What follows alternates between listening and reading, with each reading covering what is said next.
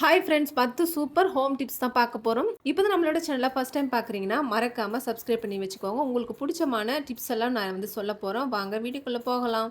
First டிப்புன்னு பார்த்தீங்கன்னா, நான் Vaseline எடுத்துக்கிட்டுங்க. அந்த வேஸ்லின் வச்சு நம்ம தொட்டு இந்த மாரி நம்ம வாஷிங் மிஷினில நல்லா தொடச்சு எடுத்தோம் அப்டின்னா, எப்பவுமே நம்ம வாஷிங் மிஷின் புதுசு போல பளபளன்னு சூப்பரா இருக்குங்க.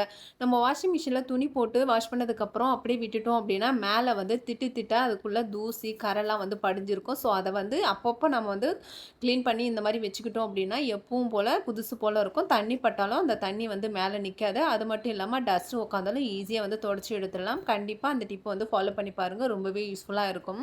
செகண்ட் டிப்னு பார்த்தீங்கன்னா, நம்ம வீட்ல இருக்கக்கூடிய பொருள வச்சு நம்ம வாஷிங் மிஷின் எப்படி வாஷ் பண்ணலான்றது தான் பார்க்க போறோம். ட்ரம் கிளீனர் இல்லன்னா, ஒரு 1/4 கப் அளவுக்கு வினிகர் எடுத்துக்கோங்க. இப்போ நம்ம வாஷிங் மிஷின் லிக்விட் ஊத்துற அந்த பாக்ஸ்ல ஊத்திட்டு, க்ளோஸ் பண்ணிட்டு, அதுக்கப்புறம் 1 டீஸ்பூன் அளவுக்கு பேக்கிங் சோடா எடுத்து ட்ரம்முக்குள்ள போட்டுட்டு, அதுக்கப்புறம் நம்ம க்ளோஸ் பண்ணிட்டு, நம்ம எப்பவும் போல நம்ம ட்ரம் கிளீனிங் வாஷ் பண்ணுவோம் இல்லையா? அந்த மோடுல போட்டு விட்டுட்டோம்னா, சூப்பரா கிளீன் பண்ணிடும். இது மாசத்துக்கு 1 டைம் கம்பல்சரி பண்ணிடுங்க. இல்லன்னா அழுக்கு அதிகமா சேர்ந்துட்டு நம்ம ட்ரெஸ்ஸே வீணாக்கிறோம்.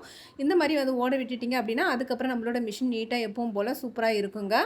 தேர்ட் டிப்புன்னு அப்படின்னு பார்த்தீங்கன்னா, நம்ம கண்ணாடி கிளீன் பண்ணுறதுக்கு அதாவது சால்ட்டு கொஞ்சமா வேஸ்லின் எடுத்துக்கிட்டோம் அப்படின்னா, அந்த 2த்தையும் மிக்ஸ் பண்ணிவிட்டு நம்ம கையில் வச்சு நல்லா ஸ்க்ரப் பண்ணி விட்டோம் அப்படின்னா, அதில் இருக்கக்கூடிய நமக்கு அந்த பிசுப்பு, சோப்பு நுரை இந்த மாதிரி இருந்தால் கூட சூப்பராக க்ளீன் ஆகுங்க. நம்ம வீட்டுக்குள்ளே யூஸ் பண்ணுற கண்ணாடியாக இருந்தாலும் சரி, பாத்ரூமில் யூஸ் பண்ணுற கண்ணாடியாக இருந்தாலும், வாஷ் பேஷன் மேலே பார்த்தீங்கன்னா, கண்ணாடிக்கு மேலே சோப்பு நுரை அதிகமாக படிஞ்சிருக்கும். ஸோ, அதெல்லாம் ஈஸியாக க்ளீன் பண்ணுறதுக்கு இந்த 2 பொருளுமே போதுங்க.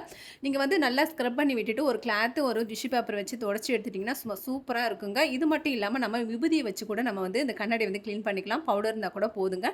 கண்ணாடி எந்த அளவுக்கு கிளீன் பண்ணியிருக்கோம் அப்படின்றத நம்ம பிஃபோர் ஆஃப்டர் பார்த்தாலே தெரியும். கீழ கிளீன் பண்ணவே இல்ல. மேல பார்த்தீங்கன்னா நல்லா கிளீன் பண்ணியிருக்கேன். கண்டிப்பா இந்த டிப் உங்களுக்கு ரொம்ப யூஸ்ஃபுல்லா இருக்கும். ட்ரை பண்ணி பாருங்க.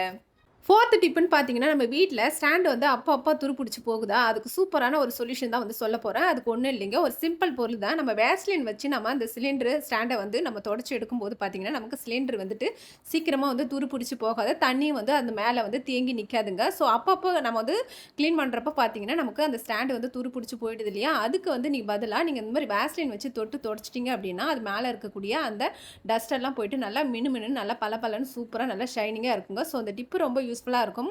நீங்களுமே ட்ரை பண்ணி பாருங்க. அது மட்டும் இல்லாம நம்ம தொடச்சியும் எடுத்துக்கலாங்க. இந்த மாதிரி சும்மா இருக்கிற டைம்ல லைட்டா தொடச்சு எடுத்துட்டோம் அப்படின்னா, அதுக்கு மேல இருக்கக்கூடிய எண்ணெய் பிசுக்கு சூப்பரா கிளீன் பண்ணும். ஸோ ரொம்ப யூஸ்ஃபுல்லா இருக்கும். பிஃபோர் ஆஃப்டர் பார்த்தாலே தெரியும். இது பாருங்க பளபளன்னு இருக்கு. இது பழசா இருக்கிற மாதிரி இருக்குல்ல. யூஸ் பண்ணி பாருங்க. பிடிச்சதா மறக்காம நம்மளோட சேனலுக்கு ஒரு லைக் ஒண்ணு கொடுத்துருங்க.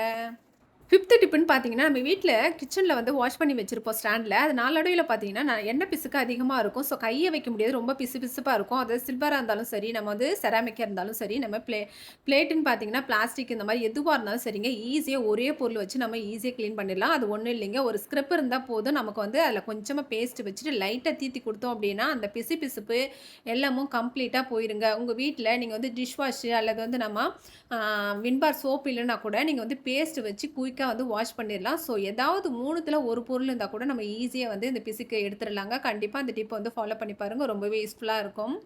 6த் டிப்புன்னு பார்த்தீங்கன்னா, நம்ம பேக்கெட்டோட அந்த லப்பர் வச்சோம் அப்படின்னா, கண்டிப்பா அந்த லப்பர் வேஸ்ட்டா போயிரும். சீக்கிரமா அறுத்துக்கிட்டு போயிடுங்க. அதுக்கு எப்படி நம்ம ரொம்ப நாள் நீட்டா அழகா வச்சுக்கலாம். ஒண்ணோட ஒண்ணு ஒட்டாமன்னு சொல்லிட்டு பார்க்க போறோம். இப்ப பார்த்தீங்கன்னா, அந்த பேக்கெட்டோட வச்சோம் அப்படின்னா, சீக்கிரமா இப்படி தான் நஞ்சு போயிரும். ஸோ, பிசுபிசுப்பும் அதிகமா ஏற்படும். அதுக்கு எப்படி நம்ம சூப்பரா வச்சுக்கலான்னு தான் பார்க்குறேன்.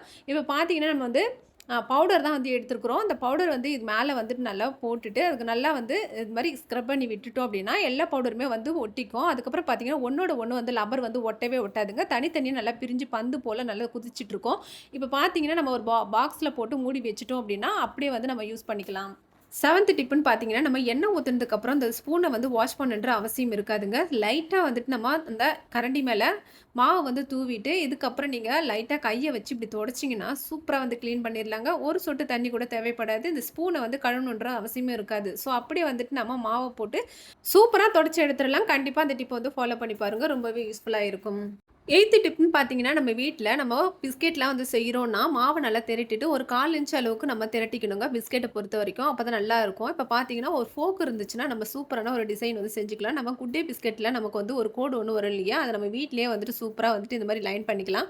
ஸோ, லைன் பண்ணதுக்கப்புறம் நம்ம ஒரு ரிங்கிள்ஸ் எடுத்து இந்த மாரி நல்லா அந்த ரவுண்ட் பண்ணி கட் பண்ணிக்கலாங்க. இப்ப பாருங்க நமக்கு சூப்பரான நமக்கு பிஸ்கெட் வந்து கிடைச்சிருச்சு. அதுவும் குட் டே பிஸ்கெட் மாதிரி நம்ம வந்து குழந்தைங்களுக்கு ஈஸியா அந்த மாரி வந்து செஞ்சு குடுத்தோம்னா, கடையில வாங்குன போல அவங்களும் வந்துட்டு சாப்பிட ஆரம்பிச்சுருவாங்க. ஸோ இது இப்ப பார்த்தீங்கன்னா, ரவுண்ட் பண்ணதுக்கப்புறம் இப்படி தான் இருக்கும். இத அப்படியே எடுத்து நம்ம எண்ணெயில பொரிச்சு நம்ம குடுத்தோம் அப்படின்னா, ரொம்பவே டேஸ்டியா சூப்பரா சாப்பிடுவாங்க. ஸோ இந்த டிப் உங்களுக்கும் ரொம்ப யூஸ்ஃபுல்லா இருக்கும்.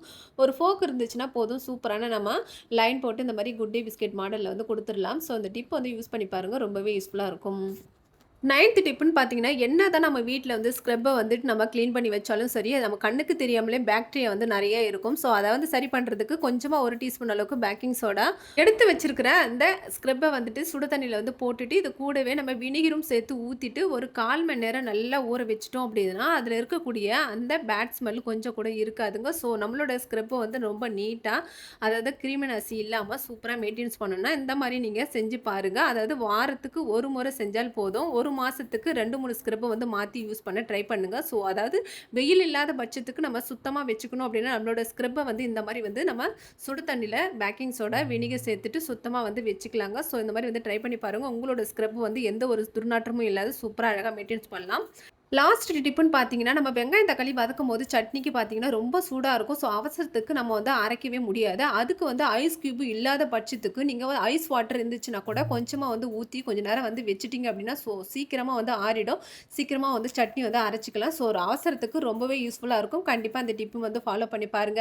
இதுவரைக்கும் நான் சொன்ன இந்த 10 டிப்ஸுமே உங்களுக்கு ரொம்ப யூஸ்ஃபுல்லா இருக்கும். ஸோ, சிம்பிளா இருந்தா கூட ரொம்ப யூஸ்ஃபுல்லா இருக்கும்னு நெனைக்கிறேன் ஃப்ரெண்ட்ஸ். புடிச்சிருந்தா மறக்காம நம்மளோட சித்தா சேனலுக்கு ஒரு லைக், ஷேர், சப்ஸ்கிரைப் ஒண்ணு பண்ணிக்கோங்க. மீண்டும் இன்னொரு வீடியோல சந்திக்கலாம். தேங்க் யூ ஃபார் வாட்சிங். பாய். See you.